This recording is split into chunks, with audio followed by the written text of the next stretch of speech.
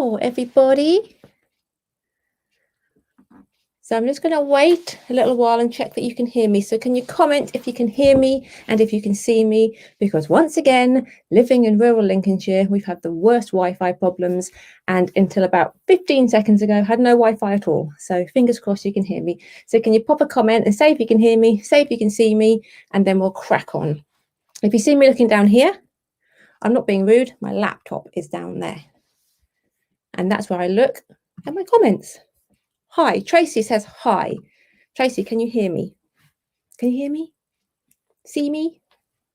I look a bit rough today. I apologise. Had a hard week. Oh, and she can see and hear me. Excellent. Genuinely, 15 seconds ago, I was about to divorce my husband because we couldn't make the Wi-Fi work. But then he's managed to plug an aerial in, climb on my shed roof, and he's probably still balancing up there now. So if you hear a crash, that's him. But yay, sounds good. Fab. So I'll let a few more people join and then I'll get answering some questions. So I've had a couple of questions in advance, but today is a free-for-all really. It's kind of code for I haven't planned anything for today. So just a free-for-all. Ask any questions you like. I'll try my best to answer them, preferably saddle or saddle fitting related. But you know, I'm quite good at relationships and I'm not very good at much else. Saddles or saddle fitting, probably your best bet. Now, because I have nothing planned for tonight, I was feeling a bit like, oh, what am I going to talk about? Felt a bit stressed. Might have shouted at the kids. My daughter said, why are you so stressed? I said, because I've got nothing planned for tonight. And so she's made me, I don't know if you can see this there? Confidence. She made me some confidence juice. And do you know what this is? I've already drunk some, apologies. Bailey's. So if I'm a bit tipsy, it's because my daughter very thoughtfully has made me a bottle of confidence, aka Bailey's. Mandy says, hello. Sound is good. Lindsay, I can hear you. Mandy, hello. So what I will do is this is going live on the Pee Wee Saddlery Facebook page, my Facebook page, which is Poppy Webber, and also YouTube, which is youtube.com/C, the letter C, / a day in the life of a saddle fitter. It probably won't be viewable again on, I might be actually on all of them. I don't know for sure about Facebook, but it's definitely viewable again on YouTube. So if you miss anything, give us a shout. So some questions are coming in already. I've got some pre-asked questions too to put up. So anything you've got, burning questions, give me a shout. We won't take long tonight because, again, I haven't prepared. We're winging it. So I'll pour myself a Bailey's, courtesy of my daughter, and we will go through some questions. If I start to slur my words or get really drunk, just mention it and I will stop drinking Baileys. So let's get down to Tori's question. How was your first day back at work? It's officially my first day back at work on Monday, but I had to go today to get a couple of emergency ones in and a couple tomorrow as well to get some emergency ones in, because as of Monday, I'm on 97 million miles an hour for the rest of my life, basically. So yeah, back to work officially Monday, sort of dreading it. I've quite enjoyed being at home with my family, but equally really looking forward to getting out of the house.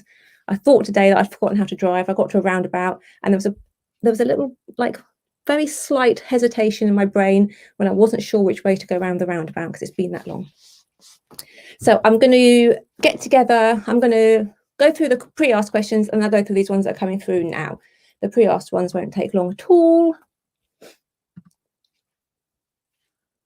My saddle seems to roll to one side in canter when I'm asking my horse to do harder work. On the left rein, it moves over to the right quite dramatically. It's a Kenton Masters cob saddle. So reasons that saddle slip, there's so many reasons. So there's the horse, there's the saddle, there's the rider, there's a combination of all three. Might be the horse and the saddle, might be the saddle and the rider, might be the horse and the rider. There's always reasons why the saddle slips. And a lot of people instantly jump up and down and say, my saddle doesn't fit. It's a saddle fitting issue. And I don't know why, but people are very quick to blame the saddle. But actually, 99, well, maybe not 99, but a huge percentage of the time, it's the horse. The horse's imbalance or unevenness or something that makes a saddle slip. It tends to be, there's lots of research done. And I've spoken about this before, but I will put a link to the research. There's been some research done by Russell from Centaur Biomechanics and some amazing research done about why saddles slip. Also some stuff done in Newmarket Vet Hospital. LEH? Sue Dyson anyway. There's been some wonderful research done, and they found little things like they got together a load of horses and they looked at the ones who saddle slipped and they injected them. They nerve blocked them, and then the saddle stopped slipping. So there's a real strong indication that saddles slip because of the horse rather than anything else. But there is always a saddle as an issue, and there is always the rider as an issue as well. So if your horse's saddle is slipping to one side in canter when you're asking them to do harder work, it could easily be that when you're asking them to do harder work, they're having to use themselves a little bit differently. So it could be that and I'm not a vet and I haven't seen your horse, so I don't know this is the reason, but it could be that perhaps one of their hocks is a little bit stiffer than the other, and you're asking them to really work and really use their hocks, and therefore the one that's not hurting stiff is not working so fine, and that can cause your saddle to slip. It might even be that your saddle has been fitted and your horse has changed shape a little bit, and when you're asking him to work correctly, he's rounding up through his back, and perhaps that wasn't seen during the saddle fitting, and therefore the surface that it's sitting on isn't quite as balanced, and therefore it slips more easily. The fact you say it's a Kenton Masters cob dressage saddle, so it doesn't necessarily mean it's a cob. You kind of presume it was because of the cob dressage saddle, but it doesn't mean it's a cob. That's just to do with the shape of the tree. So that would imply that the tree is a little bit straighter and a little bit flatter. So I wonder if your horse therefore is a straighter and a flatter type of horse, and therefore things are going to slip a little bit more anyway. This lady mentioned she's got her saddle fitter coming out soon, so it's definitely something to mention to your saddle fitter. Make sure your saddle fitter sees it slipping, because often we go out to people who say their saddle has slipped and then we don't see it slipping, so we can't sort it unless it actually slips while we're watching it. So if you need to warm your horse up first so that it's working kind of correctly and harder when your saddle fitter is there, then do that, because she really needs to see it slipping. It says here on the left rein it moves over to the right. That's a very common thing. Saddles move to the outside very commonly. A lot of it's to do with the horse itself and how they're moving their back end, and some of it is to do with the rider sort of bracing in their outside stirrup. So speak to your saddle fitter, get it sorted. There's loads that they can do on a dressage saddle. They can change the way that it's girthed, especially Kenton Masters. They're girthed really well. You can change the girthing really easily. So just get your saddle fitter, have a look at it, and maybe she might alter your girthing or pop a bit of flocking in one side, or suggest a shim temporarily, or maybe even suggest a physio or the vet. But yeah, you'll speak to your saddle fitter and she'll get it sorted. Next question. And again, anyone that didn't hear at the beginning, if I keep looking down here, it's because my laptop is down here, okay? What is an inset panel? Good question. An inset panel is a panel on a saddle, often on the filed saddles, if you've seen the filed saddles. So everyone picture in your head a filed saddle and flip it upside down and think of that panel. They're sometimes like that thin, aren't they? They're not where a normal panel, so first of all, a panel is like you've got your seat of your saddle and you've got your horse's back, that squishy bit in between. So normally a panel on a saddle, say 2.5 inches. Filed saddle panel can sometimes be like this, and like, how do they get it that thin and still shock absorbing? Well, it's something called an inset panel, and it's got like a layer of almost like plastic rubber inside it. So it's a little bit like a foam panel, but it's got like these little bits in it made of like a rubbery stuff. And on the filed saddles, they've also got a little bit of flocking around them, so you can adjust them a little bit. But what it means is you don't need that much flocking to shock absorb, because the material it's made out of is more shock absorbing, so it's thinner. Some people love them. They're very popular on the very well padded ponies. You see them mainly on the show saddles, hence the filed panels have them. But some people really don't like them. There's been a lot of disquiet about them. So, until relatively recently, the main saddles that you saw, the main show saddles that you saw, were the little filed ones with the little tiny panels, because everybody wanted their saddle to look almost non-existent and sit right into their horse's back. And then people became a little bit more aware of flocking and panels and horse comfort. So filed have got, addressed that, and they've got a little bit of flocking in there. So as saddle fitters, we can lift the flock up slightly so we can give a little bit more padding. But it's a really fine balance between what people want in the showing world, like e.g. very little or no saddle, and what we want as saddle fitters to make your saddle fit your horse. So that's what an inset panel is. It's like one that's got like little rubbery bits inside it, so that you don't have to have so much flocking, which means it can be like that narrow instead of that wide. That makes sense? Hope that makes sense. Ooh, more questions. Excellent. One more. How would you recommend cleaning and protecting leather country boots? Mine get walked through mud and water every day, so the leather cracks. A really good quality conditioner, balm with some waterproofing element to them, because you don't want the water to seep in the first place. You want to protect it against the water so the water doesn't seep in. So anything that's so clean it obviously with cleaner. Don't over wet it when you clean it. Make sure the cleaner's got some oils in it. Oil it, not oil it, but like condition it or balm it with something that's got a waterproofing element to it. So we say waterproofing, but really actually most products are water resistant. But do that regularly and it'll just keep the water out, because it's that water, it's not necessarily the mud, it's the water that when it soaks into the leather and it evaporates out, it takes with it some of the leather's natural oils. So you need to make sure you get all of that goodness back in good quality balsam or balm. What do you do with a new bridle? It's being put away for Belle when she's older, but just want to look after it. If you've got a bridle that you're not using, I saw a lady today and she has a bridle for my old horse that she sadly lost a few years ago, and she can't bear to part with it. She doesn't know what to do with it and it's just getting moldy. Again, a really good quality balsam or balm, whack it on, put it in a bag, a bridle bag, and store it away, because that balm will sit there on it, and then when it comes time to use it, you can wipe it off and your leather will be as good as new. This is a good one. You might be able to stitch hearts and stars that everyone wants, but what about a tractor? So that's in relation to our saddle flaps, where we stitch hearts on them sometimes and stars. Somebody wants a tractor. We could potentially do a tractor, but I don't know how long you'd want a tractor on your saddle for. Could you do a video like for people like me who don't have access to a saddle fitter, and what measurements I should take off my horse to get the best possible fit? I could, and I probably will at some point do something similar, but what I really don't want to do is encourage people not to use a saddle fitter, because well, I'd be out of a job if you did.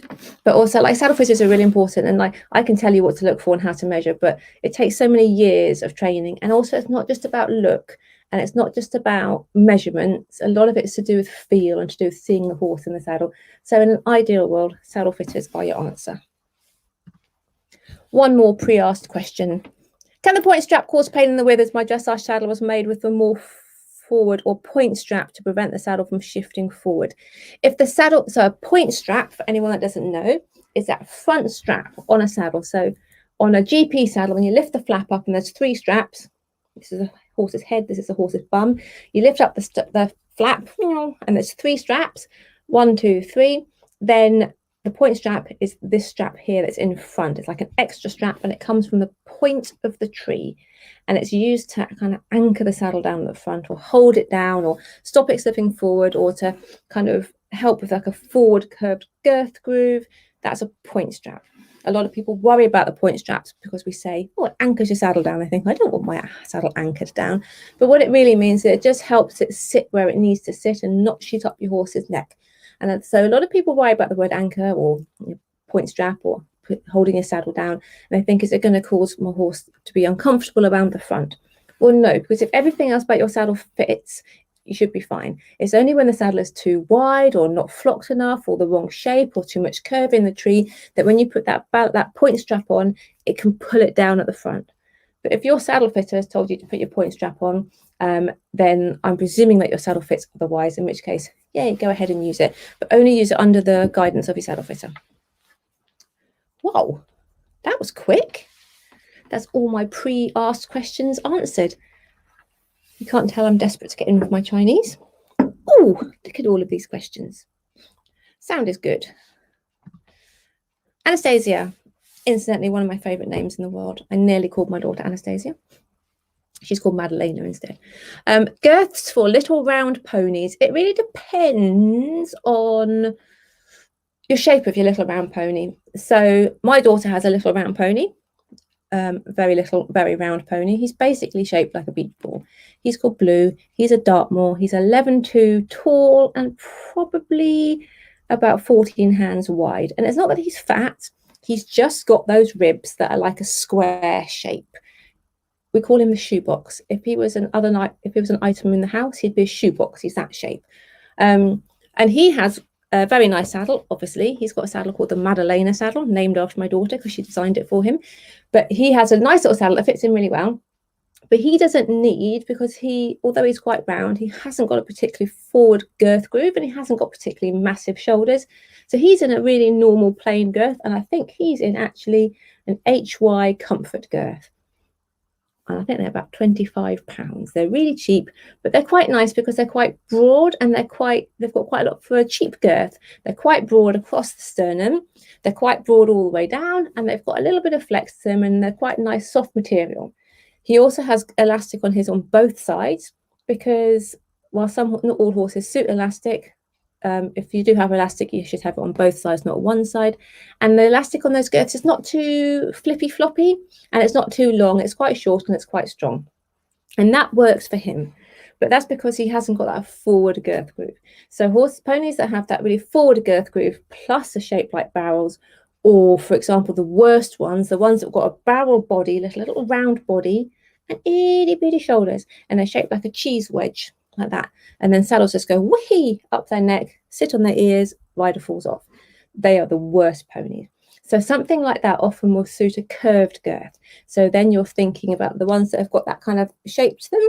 Sometimes they're called anatomical girths, but anatomical isn't actually what they are. It's that curve that you're looking for, not an anatomical shape, which means like shaped to fit the body, really. You want that really curved one. And unfortunately, not many companies do them in super tiny sizes.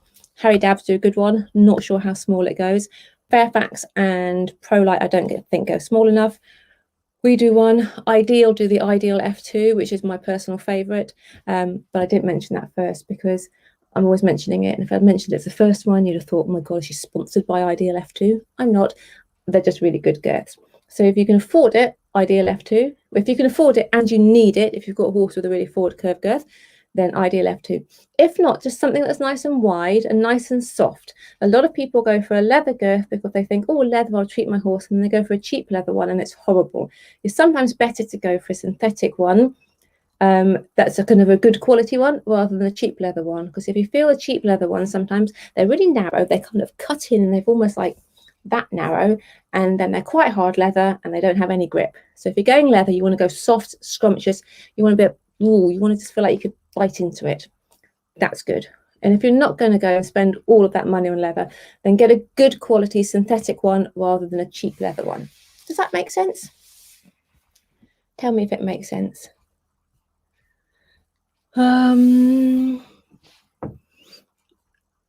Jazz, hi. Oh, I like your horse's little mane and moustache. Look at your horse's moustache. That moustache needs a Facebook page of its own. Katie Harwood, where can we buy your new saddle soaps? Oh, thanks. www.peeweeleathercare.com. I think it is. peeweeleathercare.com. Yeah, that's where you get it from. Or we have a Facebook page, facebook.com/peeweeleathercare. Just search for Peewee Leather Care and it'll come up. And we do soaps, conditioners, and balms. And we also do like a recolouring balm for anyone whose leather has lost its colour. It's got like a bit of dye in it. So it's when you put like 2 or 3 or 4 layers on.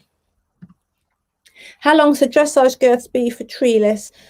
I don't fit treeless, so there's a disclaimer there quickly. But a girth should be a dressage girth, so a short girth should always be as long as you can make it be without it getting in the way. A lot of people think that they should have a girth as short as possible because they're short girths, and therefore maybe everyone should have one really short. But actually, it's still a girth, and it's still there to protect your horse and to distribute the pressure really nicely. So you don't want to have 14 inches of girth and 16 inches of flesh being pinched by the straps. You want as much girth as you can without it pinching between like the saddlecloth or the saddle, and without it getting in the way of your legs or their armpits. So as long as you can, really, is the answer. Same goes for dressage girths, short girths on jump saddles, everything like that. You want as much girth as you can. Without meaning to sound like an walking advert, you can go on my YouTube page, and I've done a whole video about how long your dressage girth should be, and that covers just all short girths, so dressage girths, jump girths, and even treeless ones, although I don't fit the treeless saddles. So that is like a generic guide for dressage girths or short girths. Is most people have them way too short. They have a lot of skin and a lot of strap coming down that pinches the skin or rubs the skin. And then people have spent all this money on this beautiful short girth that sits on this much of the horse. Spend that money on a girth that covers the horse. That's what it's there for. Lisa Robertson, evening. Hi. Jackie Clark, good evening, Poppy. I have a sports horse, which I hack and jump. I'm looking for a new saddle this year. What type of saddle would you recommend, GP or jumping? And any particular brand you would recommend, please? Right, so I love the question because I love talking about GP versus jump. So it really depends on so many things. But personally, I think that, and I'm not saying all GP saddles are bad because they're not, they're brilliant. You know, some GP saddles are brilliant, but a normal GP saddle is kind of jack of all trades and master of none. Whereas some people might prefer to do more flat work, in which case that's what a dressage saddle is for. They're brilliant, they sit you correctly. Or someone might want to do more fast work and a lot of jumping and not a great deal of flat work, in which case that's what a jump saddle is for. It's what holds you correctly for that purpose. Whereas a GP saddle is kind of like putting two very different discipline saddles together and coming up with a saddle which works for a lot of people. But if you're hacking and jumping, then you're kind of erring more towards the jump saddle. Now, a true jump saddle isn't going to be comfortable for hacking in, because a true jump saddle is a very flat seated, usually quite hard seated, forward cut, so you have to have quite short stirrups and not the most comfortable under your bum. But there's loads of different saddles now. You're not limited to kind of like dressage, GP, jump. There's quite a lot between, for example, the dressage and the GP and the jump. And I think that sounds like the bracket that you're in here. If you want to hack mainly and jump, then why not consider something called a VSS? So that's kind of like, this is a GP saddle and this is a jump saddle. And one day they both went to a bar and they got drunk and they got together and they had another little baby. And that little baby would be called a VSS saddle, sometimes called a VSJ. Some companies call them VSS, very slightly show jump, or VSJ, very slightly jumpy. And they're basically a cross between a GP and a jump saddle. So they take away that kind of meh-ness of a GP and they give you that little bit more something that you need if you're going to be doing a bit more jumping. Because the fact is, if you are jumping any kind of height at all, you are going to want to get your stirrups up, and a GP saddle sometimes isn't quite enough to get your stirrups up. So a VSS is a little bit more forward cut, but not so forward cut you have to ride like a jockey. Tends to have jump knee blocks on them, which are brilliant. And I wish I had a saddle with me to show you. But if you imagine someone's knee sitting in a saddle like this, GP blocks are often like this. They sort of sit curved here in front of your knee. Well, it doesn't really do anything apart from maybe stop your knee coming forward. But a good jump block is triangular and it sits above your knee and it stops your leg from coming up. So they're much more useful, I think. Personally, that's what I think. And I see it a lot in people I saddle fit for. They get a leg locked in behind a jump block and they're like, oh yeah, I feel really secure. So a VSS saddle tends to have that jump block. It tends to be a little bit more forward, so you can put your stirrups up if you want, but equally you can ride with them in a GP length. And then the seat tends to be kind of like not quite jump, not quite GP, kind of like a flattish GP. So comfortable enough to hunt in, comfortable enough to hack in, but also flat enough to be able to get your butt out of that saddle and back in again when you go over those jumps. So I don't know you, Jackie, from Adam. And I don't know your horse, although he sounds lovely and looks lovely in your picture. But it sounds to me like you might be heading towards something like that. And in terms of brands, it really depends. It depends on your budget. It depends on what your saddle fitter carries. There's so many very good brands. I would go for something UK made because, well, we're the best. And I'd go for something, budget. If you've got a limited budget, then go for something really good quality secondhand rather than less good quality new. But speak to your saddle fitter and ask them if they can bring out. So ask them to bring out some GPs and some jumps, but also some VSSs, because I think just from reading that one sentence of yours that you might like a VSS. I know that I do. Liz, thank you. You answered my question. Makes complete sense. What was her question? Oh, it was the question from the other one. And Jodie Matthews. Hi, Jodie. Also looking hot in your picture. When is your Amazing Tech Cleanings products available, please? They're available now. We have My daughter's been making boxes up. I've been making saddle stuff up. We've been packing them of an evening. So they're all available now. peeweeleathercare.com and also on Facebook, Peewee Leather Care.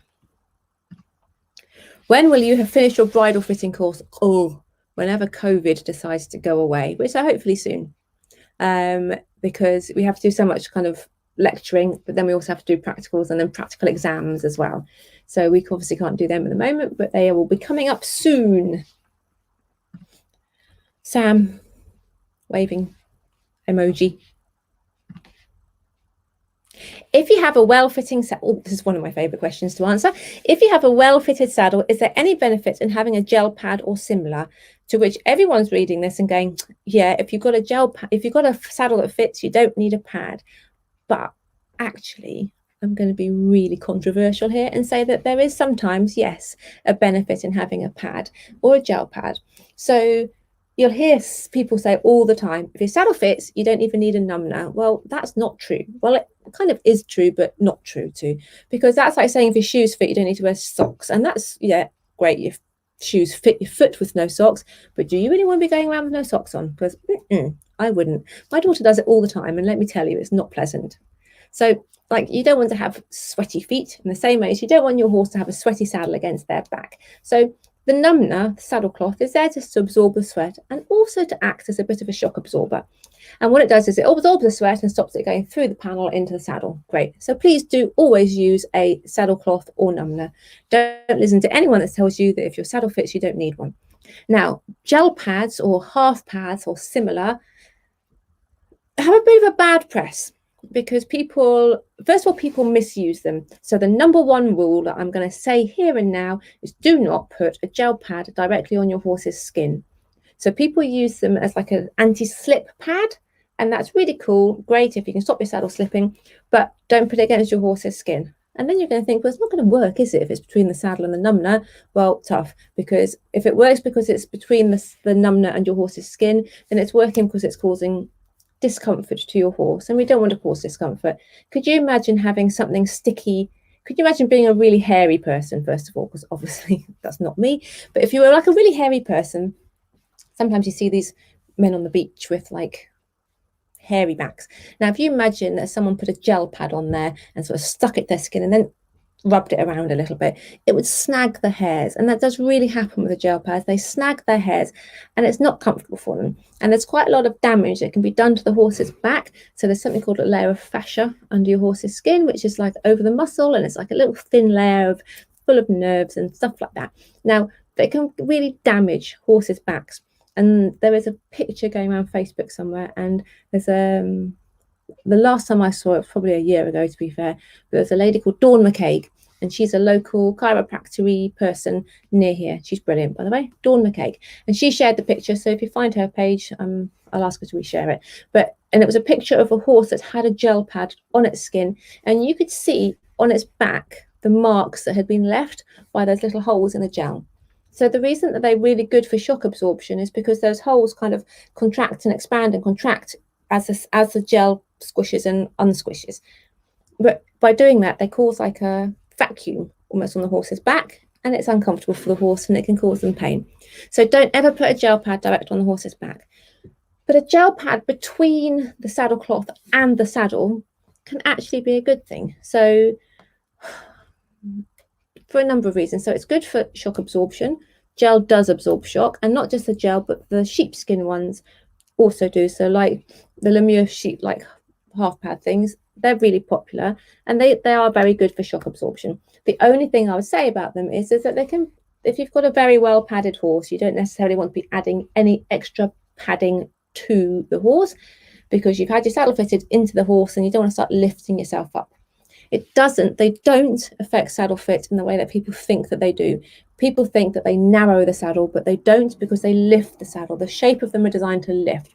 And there's been quite a lot of research done again by Russell, and also a guy called Mark Fisher, who's a local saddler down here, and he's brilliant. There's been quite a lot of research done about the pressure points caused underneath the half pads and the gel pads, and actually they've been found to be quite beneficial. So don't always poo-poo them. They're quite good. I see a lot of people using the VIP pads. And I've not used one myself, so I couldn't tell you if they're good or not, but I see a lot of people use them and swear by them.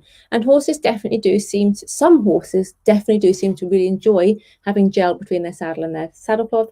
And it's not necessarily a fitting issue. Sometimes it can just be like a weight distribution issue, or it can just be a sensitive horse and they like that shock absorption from the gel pad. In the study that they did find, though, that the gel pads are much less effective in the summer, in the heat, than they are when they're cooler. So that's something to bear in mind. Don't let it get hot. They don't work so well. Katie Harwood, do you do saddle repairs? I have one I use for a number of horses that need some TLC. I do, but not at the moment because I'm going back to work on Monday and I am doing non-stop work for the rest of forever. Smith Saddlery in Wisbech do repairs. It might be worth giving them a call or waiting a bit. Your husband is a hero. The quality is A1. And oh, thank you very much. Anastasia, perfect. Can I have that curved one, please? Yeah, pop me out a message and I'll sort that. Leanne Hall, what do you think to the professional choice girth, please? My horse hated that. So Leanne is asking about professional choice girths. I don't know if you know about them. They're like an American brand, and her horse hated Fairfax, which is a shame because a lot of horses love Fairfax. So this is not an anti-Fairfax thing at all, because a lot of horses really do like the Fairfaxes. But it's like everything.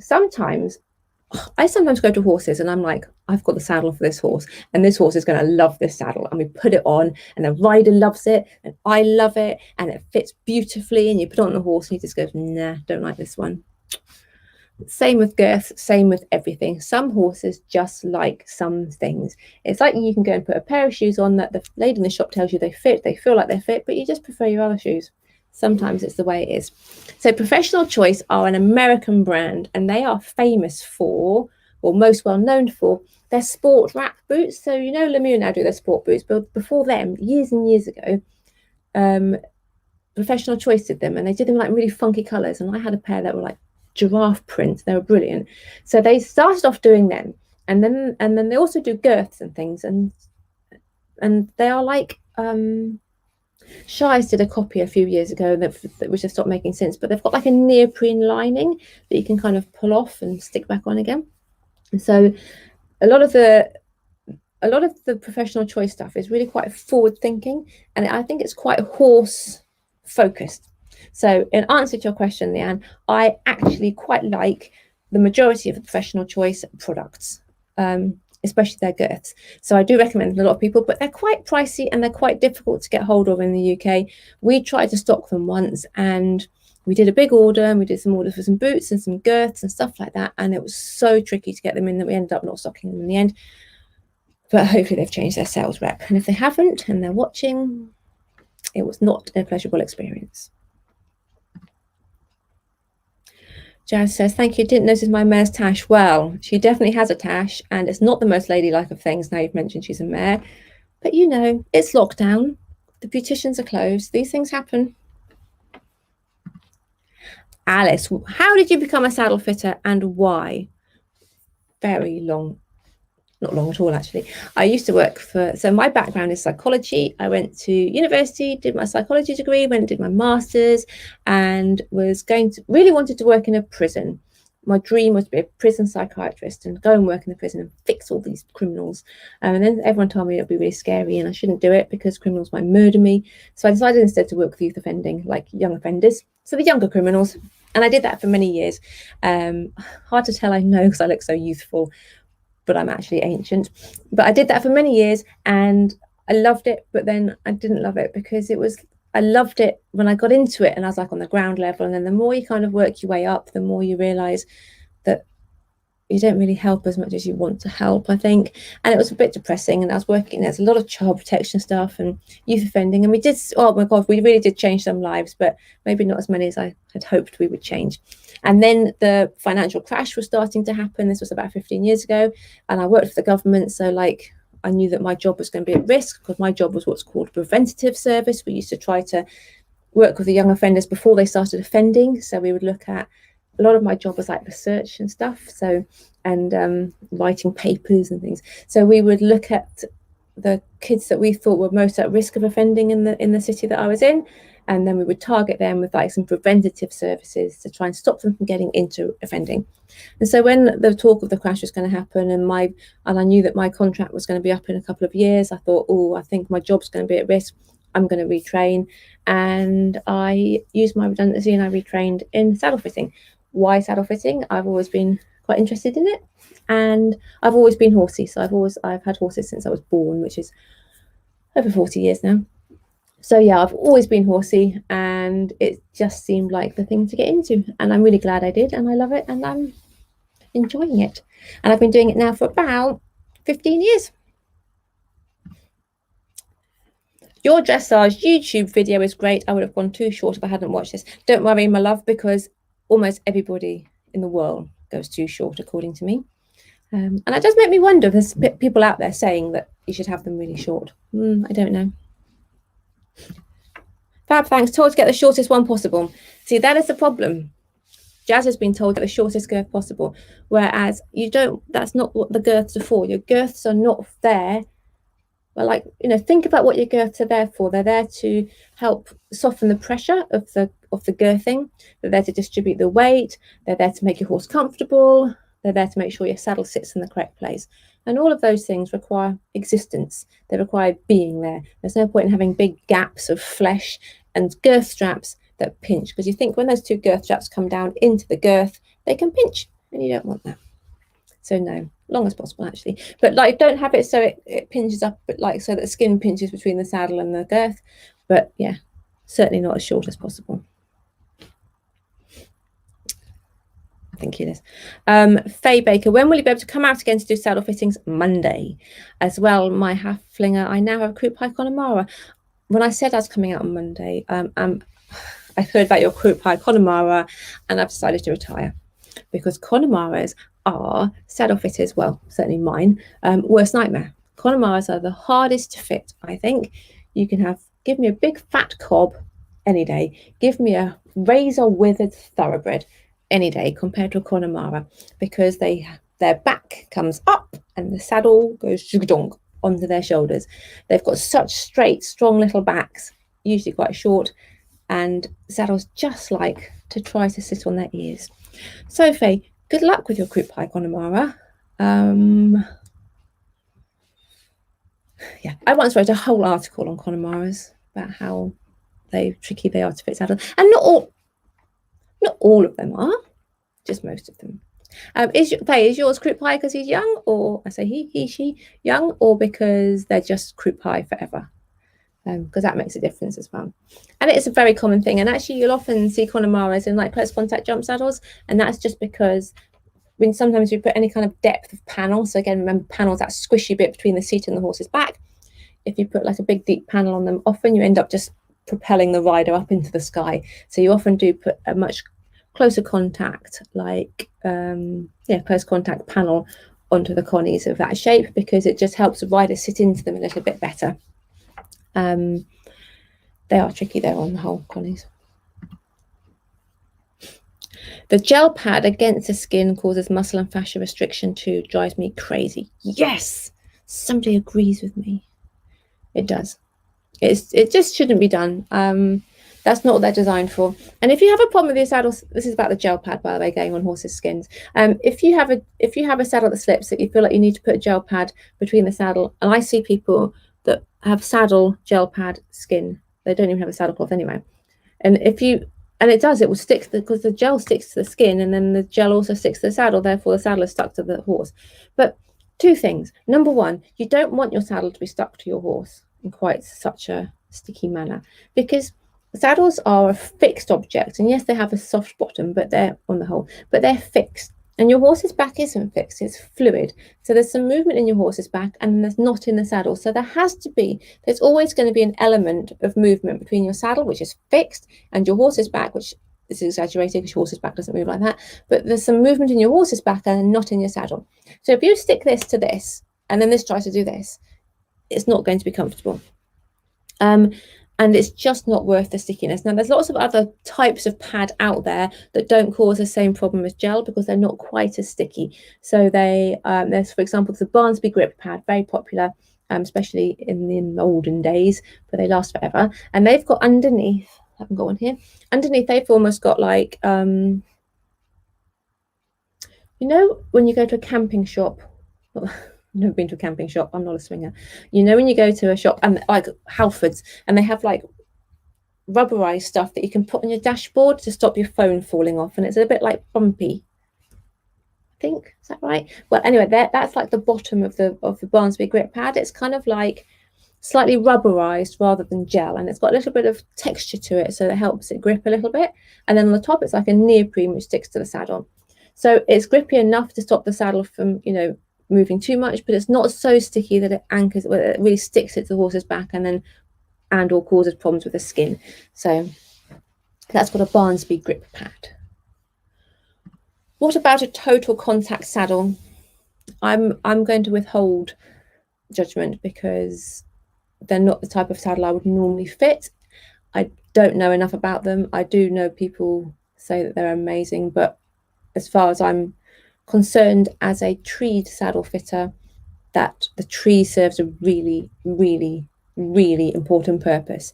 So, and I often think that non-treed saddles, people get them and they think the horse goes amazingly, but I think that's often temporary. But I don't know anything about total contact saddles because I've not had one, and I've not seen one in the flesh even, because they're not the sort of saddles I deal with. And I don't want to like sound like I'm being negative, but a lot of people do swear by them, but nothing that I can say myself. Thank you. Very interesting about sheepskin and gel pads, killing a few myths. Yes, you can look up the research, or I'll put the link to the research on here if I can find it. It's really, I think it's really interesting, but I may be more interested in these things than others. But it's a really good bit of research.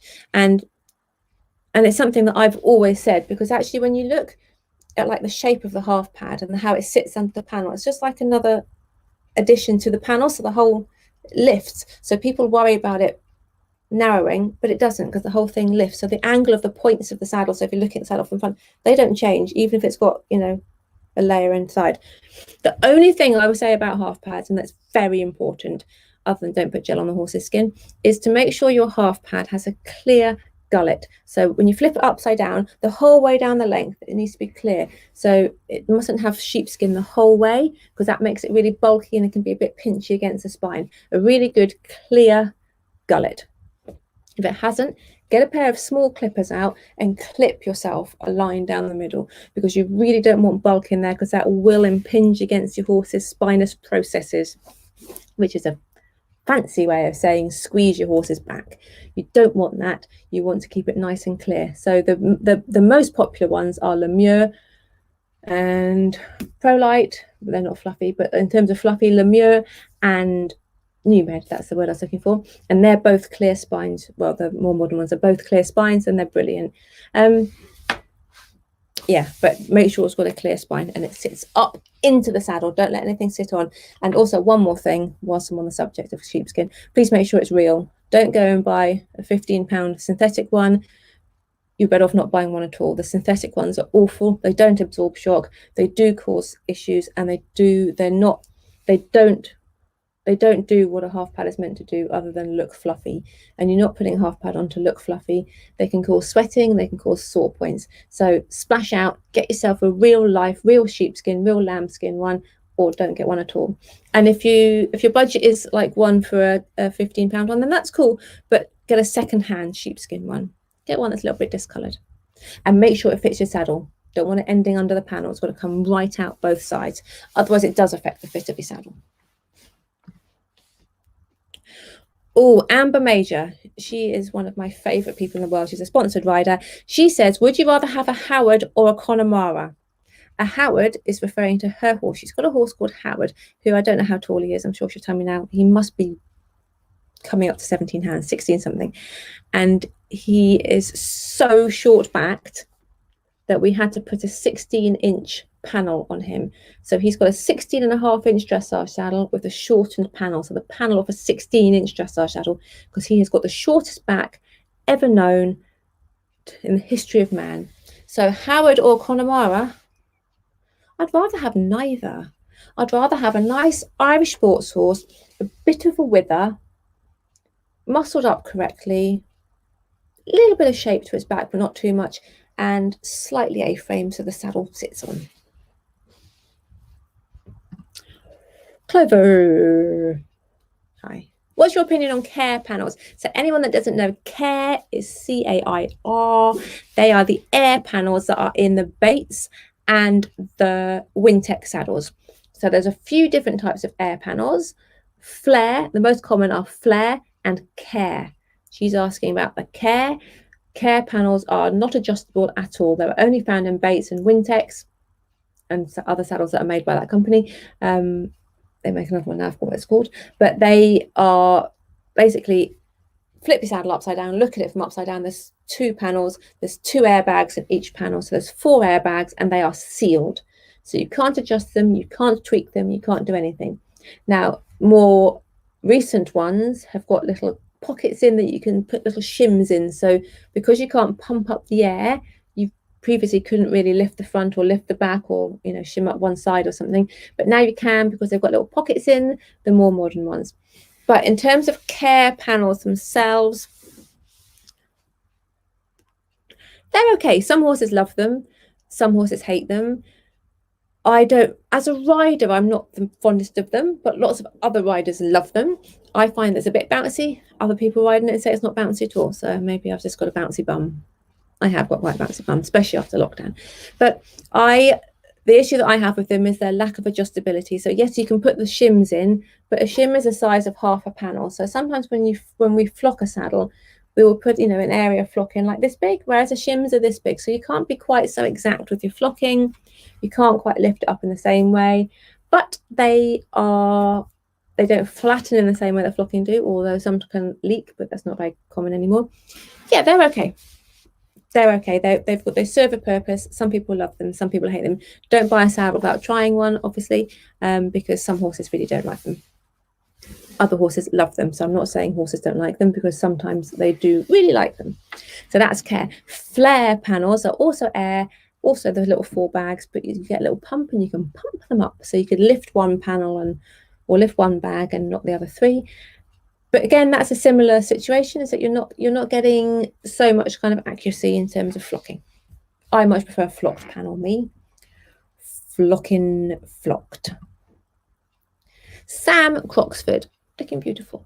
Hi Poppy, I have a warm blood with a fairly high wither, but a wide flat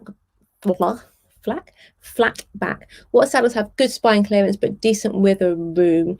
Well, quite a lot actually, more than you'd think, because you kind of think that a lot of people think that this broad flat back is reserved for horses that are cobs. So you see a cob saddle and you think, well, that's great for the broad flat back, but it's got nothing for a wither. But actually a lot of the dressage horses now, and a lot of the warm bloods, have got a bit of a wither, and they've got that really broad, wide rib cage. So there's loads on the market. All of the main manufacturers, Ideal, Black Country, Harry Dabbs, Bliss, all of the main companies would make saddles that would fit that type, especially if you're going for dressage time. Yeah, no problem at all. And actually sounds quite a nice combination. What are your opinions on care panels? Oh, same question. Just answered it. Rewind. There we go. Sufficient horseman, man. I've had my Barnsby grip pad for 12 years and I love it. So that's because we were talking about Barnsby grip pads instead of gel pads. And I said they last a really long time. And they really do. I see people that have had them for 20 years, no props, and they really last. So they're not cheap. I think we sell them about £84 at the moment. So they're like not cheap, because they are fairly simple. It's like a cotton numno with a couple of griffy bits on. Oh, and it's got a little bit of lambskin at the front, but they are brilliant and they do really last. And they're not called Barnsby grip pads anymore, because Barnsby don't exist under the name of Barnsby, but they do still exist, the grip pads. Emma, hello. Amber Major. So we're talking about Amber Major's horse called Howard. She said, would I prefer a Howard or a Connemara? Howard is 16 hands. He looks bigger, but he's got the world's shortest back. So his back is shorter than my son's 13-1 pony. Little fact for you. There, I think we are done. If anyone else has any other questions, you've got like about 10 minutes. So I'm going to hope my husband's watching. If you are watching, Nick, it's time to order the Chinese. And I'll have a Have a sweet and sour chicken, Hong Kong style, egg fried rice. Don't forget the seaweed this time. Thank you very much.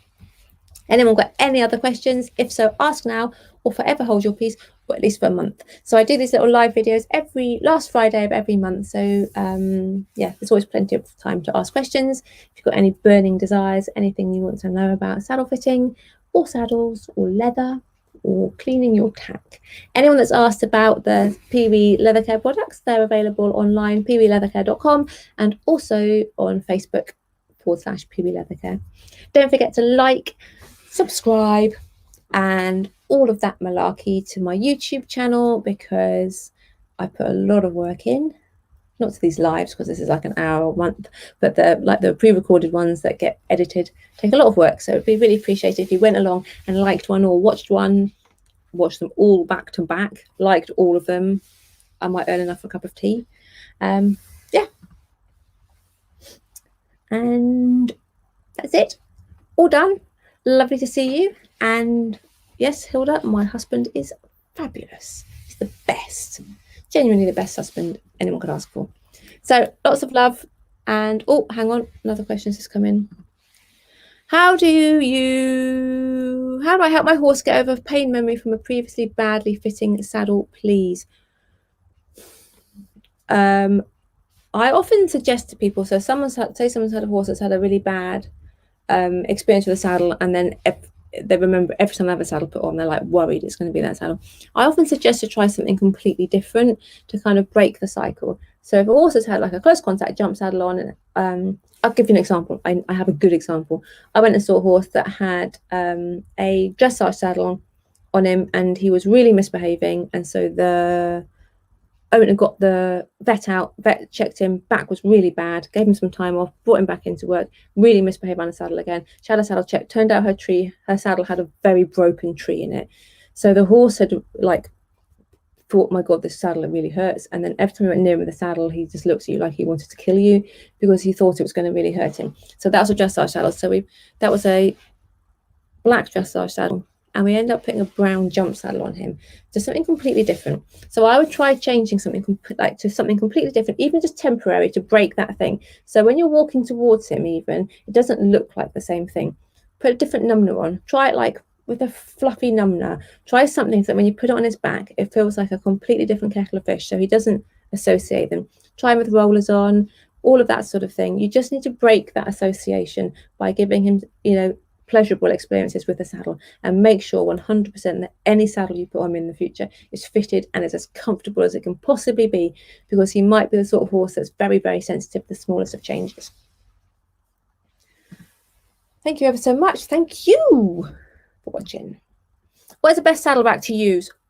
I use the ones that, well, the best ones to use are either like a wooden triangular one that sort of the saddle can sit on, or a stick, like the ones that look a little bit phallic, look like weird things sticking out the wall, like literally just a stick, because then it goes up into the gullet of your saddle and it doesn't sit on the panels. I don't like the metal ones that have got the like when you think of a saddle rack, the ones you think of, unless you put something on them like pipe lagging, so that grey stuff. I did have some in here. I was going to make a video about it as it happens. You get like a grey pipe lagging that you put around your pipes. If you have got a normal saddle rack, like a metal one, like put some of that around it, because your panels can get really dented. I see so many people with an imprint of their saddle rack underneath their saddle.